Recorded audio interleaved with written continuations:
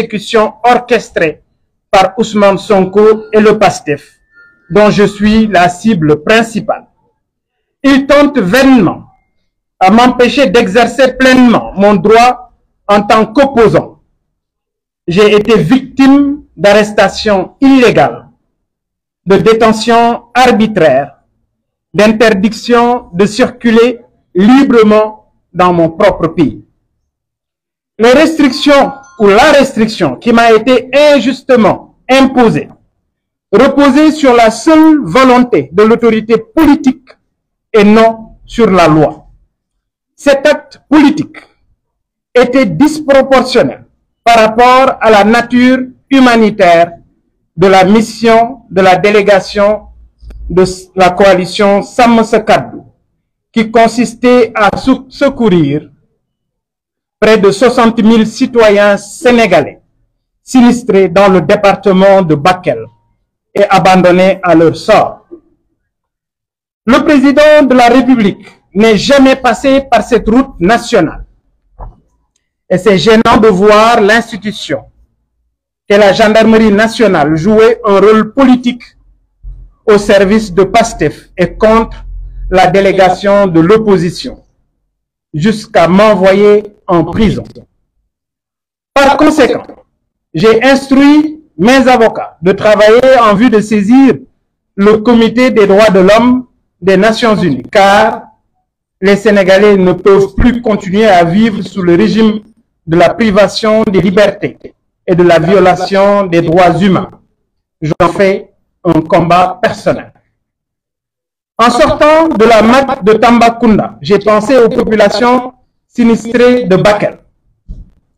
Je leur témoigne ma sympathie et ma solidarité. J'ai pensé à tous ces détenus, souvent dépourvus de tout. L'État a l'obligation de revoir les conditions carcérales pour préserver leur dignité. Je réitère mes remerciements aux militants du mouvement Gëm Sa Bopp pour la forte mobilisation suite à la prise d'otages dont j'ai été victime. J'ai également pensé au soutien de tous bords de la société civile, la classe politique dans sa globalité et mes colistiers de Sàmm Sa Kàddu. C'est le lieu d'exiger la publication des résultats de l'enquête demandée par le président de la République suite au saccage barbare du siège de notre frère, le député maire de Dakar, Barthélémy Diaz. Pour moins que ça, j'ai été violenté par des éléments de la gendarmerie, puis envoyé en prison pendant 12 jours. Alors, comment comprendre que Abass Fall, auteur de menaces politiques avec incitation d'usage d'armes de tout genre, qu'il soit libre jusqu'à présent? C'est l'effondrement de l'état de droit au Sénégal face à une justice partisane et à un sens unique. D'ailleurs, les ministres de la Justice et de l'Intérieur ont fini de créer un État pastéfien. Le chef de l'État, chef suprême des armées, Bassirou Diomaye Diakhar Faye, doit prendre ses responsabilités pour mettre un terme de Ousmane Sonko contre les militaires et contre les opposants. Le Premier ministre doit cesser de parler des sujets relevant de la sécurité publique dans ses meetings. C'est de l'irresponsabilité tout simplement. Toutefois, nous tenons à dire aux Sénégalais qu'il n'y a jamais eu de rapport qui incrimine un général de l'armée.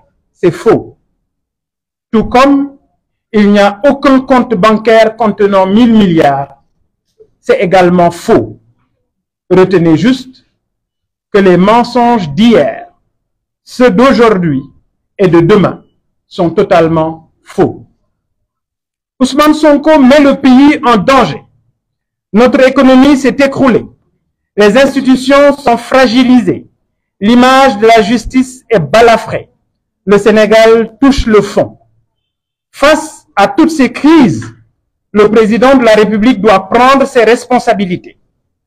Alors, pour sauver notre pays, le 17 novembre 2024, le peuple sénégalais doit accorder la majorité à la coalition Sàmm Sa Kàddu pour corriger l'erreur du 24 mars 2024.